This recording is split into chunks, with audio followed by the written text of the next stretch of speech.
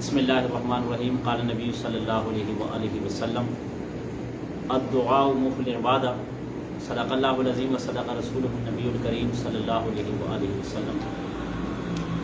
نبی کریم صلی اللہ علیہ وآلہ وسلم کا ارشاد گرامی ہے، آپ نے فرمایا کہ دعا جو ہے یہ تمام کے تمام تر عبادتوں کا مغز ہے۔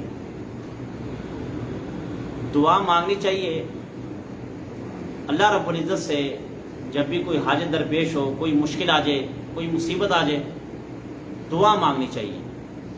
جناب نبی کریم صلی اللہ علیہ وآلہ وسلم کا طریقہ کار اور عمل یہ تھا کہ جب بھی کوئی مشکل، کوئی پریشانی آتی تھی تو نبی پاک صلی اللہ علیہ وآلہ وسلم کا سب سے پہلے جو طریقہ تھا اور جو عمل تھا کہ آپ صلی اللہ علیہ وآلہ وسلم سب سے پہلے مسجد میں آتے تھے۔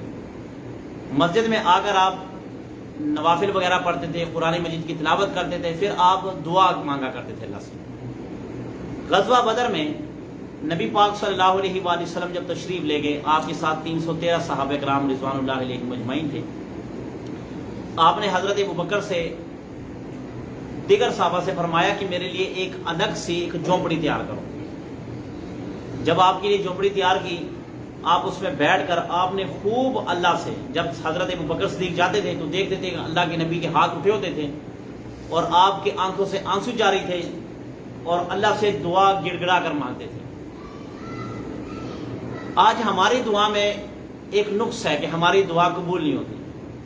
ہم جتنی مرضی دعائیں کر لیں، جتنی مرضی عبادتیں کر لیں، نہ ہماری عبادت قبول ہوتی ہے نہ ہماری دعا قبول ہوتی ہے۔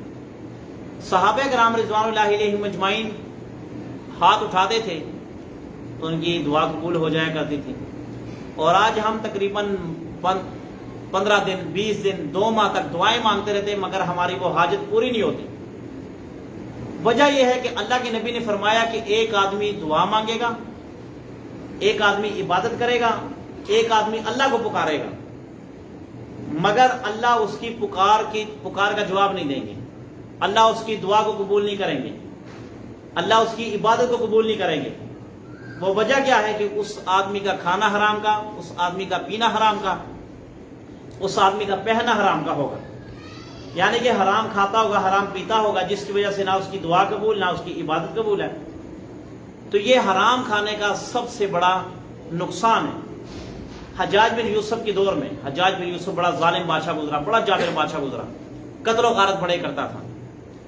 اس کی فطرت تھی کہ جب تک وہ خون کو نہ دیکھ لیتا تھا، خون کو، تب تک اس کو چین نہیں آتا تھا۔ جیسے آج کل کے نوجوان جب تک موبائل کو نہ دیکھ لیں، موبائل میں کوئی اپنی پسند کی ویڈیو نہ دیکھ لیں یا جو ان کا چسکا ہوتا ہے وہ نہ پورا کر لیں، تب تک اس کو مزہ نہیں آتا نوجوان کو۔ حجاج بن یوسف کا ایسا چسکا تھا کہ جب تک وہ خون کو بہتا ہوا نہ دیکھ لیتا نا، تب تک اس کو سکون نہیں ملتا تھا۔ صحابی ہاتھ میں آ گیا، صحابی کو بھی شہید کر دیتا تھا، تابعی آ گیا، تابعی کو پکڑ لیتا تھا، جو مرضی آ گیا مگر اس کو ختم کر دیتا۔ ایک وقت آیا کہ اس کو پتا چلا کہ علماء کرام جو ہے نا وہ میرے خلاف دعا کر دیں گے، میرا تختہ پلٹ جائے گا، میرا تختہ جو ہے نا وہ پلٹ جائے گا۔ اس نے تمام کے تمام جو نیک علماء کرام تھے نا اس کو اپنے گھر بلایا اور کہا کہ آپ سے کوئی مشاورت کرنی ہے۔ علماء کرام کو گھر بلا کر جب ان کو گھر بٹھایا تو گھر بٹھا کر نا ان سب کی دعوت کی، ان کو کھلایا اور کھلا پلا کر ان کو واپس بھیج دیا، کہا جاؤ۔ جب کھلا پلا کر واپس بھیج دیا تو جاتے جاتے حجاج بن یوسف نے کہا کہ جتنی مرضی میرے خلاف بد دعا کر لو، اب تمہاری بد دعا میرے حق میں قبول نہیں ہوگی۔ وجہ پوچھی کیوں؟ اس نے کہا کہ میں نے جو تمہیں کھانا کھلایا یہ حرام کا کھانا ہے، اور جو آدمی حرام کا کھانا کھا لے اس کی دعا قبول نہیں ہوتی، لہٰذا چلے جاؤ۔ آج کل بھی میں نے اس پہ بات کی تھی، آج بھی کسی نے یہ پوچھا کہ آیا یہ ہم جو استعمال کرتے ہیں، ٹک ٹاک استعمال کرتے ہیں، اسنیکس استعمال کرتے ہیں، یوٹیوب استعمال کرتے ہیں، اسی طرح وقار زکان ایک طریقہ بتایا تھا کہ آپ یہ طریقے کے مطابق استعمال کریں، آپ کو اکاؤنٹ میں پیسے آئیں گے، یہ ایک بزنس ہے۔ بھائی ان سارے طریقوں سے پیسہ کمانا حرام ہے۔ اگر آپ یوٹیوب سے پیسہ کما رہے ہیں یہ بھی جائز نہیں ہے، اگر آپ ٹک ٹاک سے پیسہ کما رہے ہیں یہ بھی جائز نہیں ہے، اگر آپ کسی اسنیکس وغیرہ سے پیسہ کما رہے ہیں یہ بھی جائز نہیں ہے۔ یہ اس کے بارے میں مدلل دلائل ہے، قرآن حدیث کی دلائل ہے اس پر۔ یہ کوئی ایسی ویسی میں بات نہیں کر رہا، یہ قرآن مجید کی دلائل ہے اس پر کہ ان سے پیسہ لینا جائز نہیں ہے۔ اب کل بھی آپ کو میں نے بتایا تھا کہ حدیث جو ہے نا، حدیث اللہ کے نبی نے آج سے 1400-1450 سال پہلے حدیث فرمائی ہوگی، مگر آج کے دور میں وہ حدیث سچی ہو رہی ہے۔ اللہ کے نبی نے فرمایا گانا عام ہو جائے گا قرب قیامت میں، مسجدوں میں گانا ہوگا، اچھا مجھے بتاؤ مسجد میں گانا ہوتا ہے کہ نہیں ہوتا؟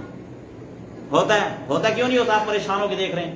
آپ کی جیب میں موبائل ہے, آپ امام کے پیچھے نماز پڑھ رہے ہیں, آپ کو کال آتی ہے, جس نے رنگ ٹون لگائی تھی وہ کیا لگایا ہوتا؟ گانا. مسجد میں گانا عام ہوا کہ نہیں ہوا؟ اللہ کے نبی نے فرمایا تھا, وہ آج آپ کے دور میں ہو رہا پورا. گانا مسجد میں عام ہو گیا. اللہ کے نبی نے فرمایا تھا مسجد میں, ٹھیک ہے, مسجد. اب یہ یعنی کہ جو اللہ کے نبی صلی اللہ علیہ وسلم نے اس وقت میں فرما دیا وہ آج پورا ہو رہا ہے. آپ نے فرمایا گانا عام ہوگا, وہ گانا عام. آپ نے فرمایا شراب عام ہوگی, شراب بالکل عام ہے. اور آپ نے فرمایا تھا کہ عورتیں شیطان کا جال ہے, اس کے ذریعے مردوں کو, نوجوانوں کو, بندوں کو اپنی طرف گھیر کے لاتے ہیں. ایسا ہی ہے نا وہ حدیث اللہ کے نبی نے فرمائی تھی النساء حبائل من الشیطان, کہ اس سے مردوں کو گھیرا جائے گا, پکڑا جائے گا. اور آج وہ آپ کے دور میں پوری ہو رہی. کیا آپ کے لیے ایک سنیکس نکال دی, آپ کے لیے ٹک ٹاک نکال دی, آپ اس کو استعمال کریں, یوز کریں. جتنا آپ اس کو استعمال کریں گے, یوز کریں گے, اس کے ذریعے سے آپ کو پیسہ ملتا جائے گا. اب وہ کیا ہو رہا ہے آپ کو میں نے کل بھی بتایا تھا. آپ ویڈیو کو استعمال کرتے ہیں, بار بار لڑکیوں کی تصاویر آتی, بار بار لڑکیاں آتی, بار بار لڑکیاں آتی, بار بار لڑکیاں آتی ہیں. اب یہ کیا ہو رہا ہے, لڑکی آ رہی ہے اور شیطان کیا کر رہا ہے, عورت کے ذریعے سے انسان کو کیا کر رہا ہے, گھیر رہا ہے. یاد رکھنا, انسان کو گھیرنے کا طریقہ یہ نہیں کہ آپ اس کو پکڑ لیں, گریبان سے پکڑ لیں, اس کو جفا ڈال لیں. نہیں, ایک انسان کا ذہن آپ نے موف کر لیا نا, وہ انسان آپ کا ہے. آپ کو پتا ہے, آپ جب کسی سے محبت کرتے نا تو عورت کے ذریعے سے آپ کے دلوں کو اور آپ کے دماغ کو کنٹرول کر کے اپنی طرف لایا جا رہا ہے. آج وہ کیا حدیث پوری ہو رہی کہ شیطان عورت جو ہے نا, شیطان عورت کے ذریعے نوجوانوں کو گھیرے گا, جس کی وجہ سے آپ کی سارے انسان کی جسمانی طاقت ضائع ہو جاتی ہے اور انسان کا دل اور دماغ کمزور ہو جاتا ہے. جب یہ کمزوری کی طرف چلے جاتا ہے تو نماز پڑھنے کو دل نہیں کرتا, قرآن پڑھنے کو دل نہیں کرتا, ماں باپ کی بات سننے کو دل نہیں کرتا. بچے اپنے ماں باپ کے فرما برداری کی بجائے نافرمان بن جاتے ہیں. تو لہٰذا ان فتنوں سے بچنا ہے آپ نے, انہی پیسوں کے چکروں میں نہیں پڑنا. اگر آپ کو کوئی سنیکس کا یا کوئی اس طرح کی آپ کو بتاتا ہے کہ آپ یہ استعمال کریں, یوز کریں, اب سے آپ کو پیسے ملیں گے, آپ اسے یہ کہیں کہ ہمیں حرام کی کمائی نہیں کھانی. حرام کی کمائی کھائیں گے, اس سے کیا ہوگا, اس سے آپ کی عبادت قبول نہیں ہوگی, آپ کی نماز قبول نہیں ہوگی, آپ کا حج قبول نہیں ہوگا. تو ایسے پیسوں کا کرنا کیا, 2 روپے حق حلال کے کھا لو, 1 کروڑ سے وہ بہتر ہے آپ کے لیے. اگر آپ کے گھر میں 1 کروڑ روپے ہے اور وہ آپ کی ساری آمدن جو نا حرام کی ہے, آپ کی عبادت قبول نہیں, اور جیسے ہی وہ آدمی قبر میں رکھا جاتا ہے جہنم کی آگ اس پر ہیوی ہو جاتی ہے. کیوں کہ حرام کی کمائی ہے. اور جس جگہ میں جسم پر حرام کا ٹکڑا ہو, آپ کی بوٹی بنی ہو, وہ جہنم کی آگ اس کو جلا کر ختم کرے گی.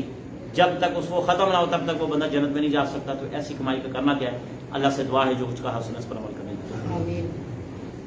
بسم اللہ الرحمن الرحیم, الحمدللہ رب العالمین والعاقبۃ للمتقین والصلاۃ والسلام علی سیدنا محمد. الہ العالمین جو کچھ کہا اس پر عمل کرنے کی توفیق عطا فرما, حرام کی آمدن سے بچنے کی توفیق عطا فرما. الہ العالمین یہ طرح طرح کے فتنے یا اللہ مسلمانوں کے ایمان کو خراب کرنے کے لیے اللہ بنائے جا رہے ہیں, پیدا کیے جا رہے ہیں, اللہ ان فتنوں سے بچنے کی توفیق عطا فرما. مسلمانوں کی ایمان کی حفاظت فرما, جان مال اولاد کی حفاظت فرما. الہ العالمین ملک پاکستان کی حفاظت فرما, ملک پاکستان کی سرحدوں کی حفاظت فرما, ہمارے حرمین شریفین کے قبلتین کی حفاظت فرما. تمام کے تمام مسلمانوں سے گزارش ہے کہ ہم کچھ نہیں کر سکتے مگر اتنا ضرور کیا کریں کہ اپنی نماز میں, اپنی دعا میں جب بھی قرآن پڑھیں, نماز پڑھیں, ذکر اذکار کریں, کشمیر اور فلسطین کے بارے میں خصوصی دعائیں کیا کریں کہ اللہ تعالیٰ ان مسلمانوں کی بھی رہائی عطا فرمائے, آزادی عطا فرمائے. آمین برحمتک.